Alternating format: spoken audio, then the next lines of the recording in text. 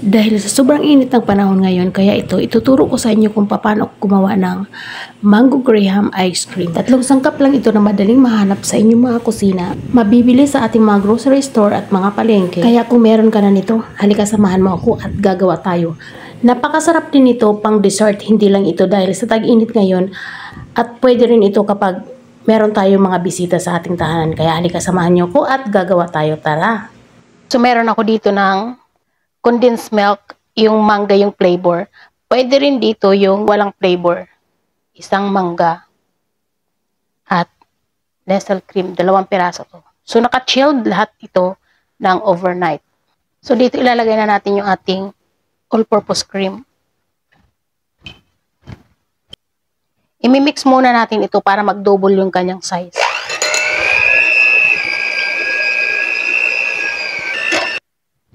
So, yung gilid, scrape lang natin para lahat mahalo natin.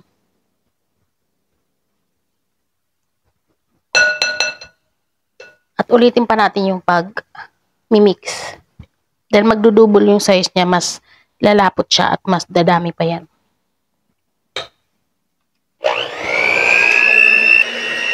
So, ito okay na to.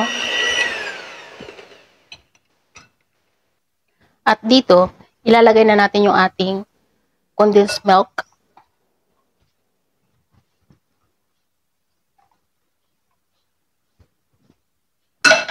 At imimix ulit natin.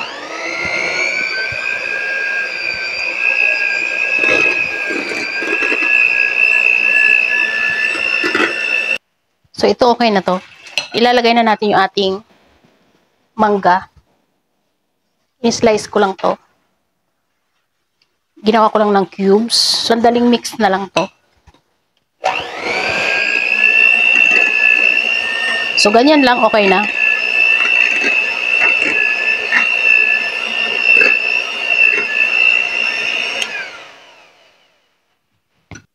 At maglalagay lang ako ng graham.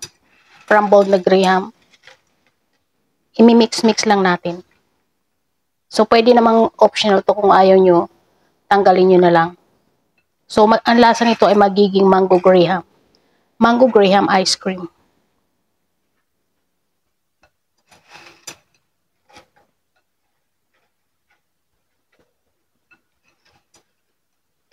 At okay na to.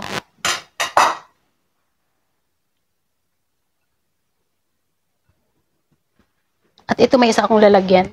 Ilalagay lang natin sa ating plastic ng ice cream. At ilalagay natin ito sa ating mga freezer.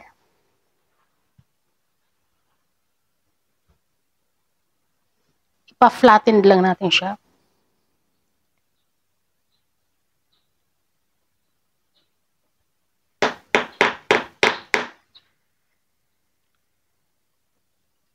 Kulang sa top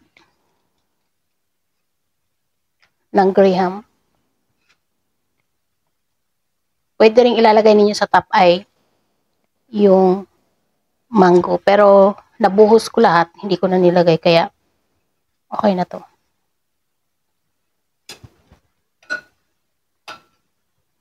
Over natin. At ilalagay natin sa ating mga freezer ng overnight. At magbabalik tayo. So ito. Ilalagay na natin sa ating freezer.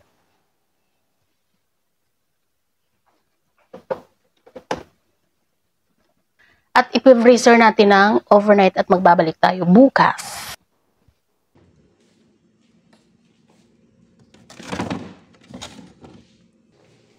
At ito na nga, kinabukasan na, kukunin na natin at itatry na natin.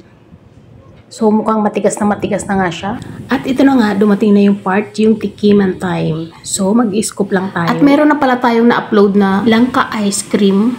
Ilalagay ko na lang sa end card ang video na yun para makita ninyo at para matry na ninyo. So ito na, meron na tayo ng mango graham ice cream na matigas galing sa ref. So ito try na natin. At ito na nga ay yung ating mango graham ice cream. Pag natikpan mo ito ay para itong may mangga at ng graham na yung ginagawa nating cake. Ito nga, napakasarap nito kaya itry nyo na. So kaya Bago tayo magtapos, kung ikaw ay bago sa aking channel, please subscribe.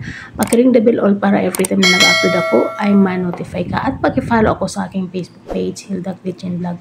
Maraming salamat sa inyong panonood at sana magkita-kita pa tayo sa aking mga next video.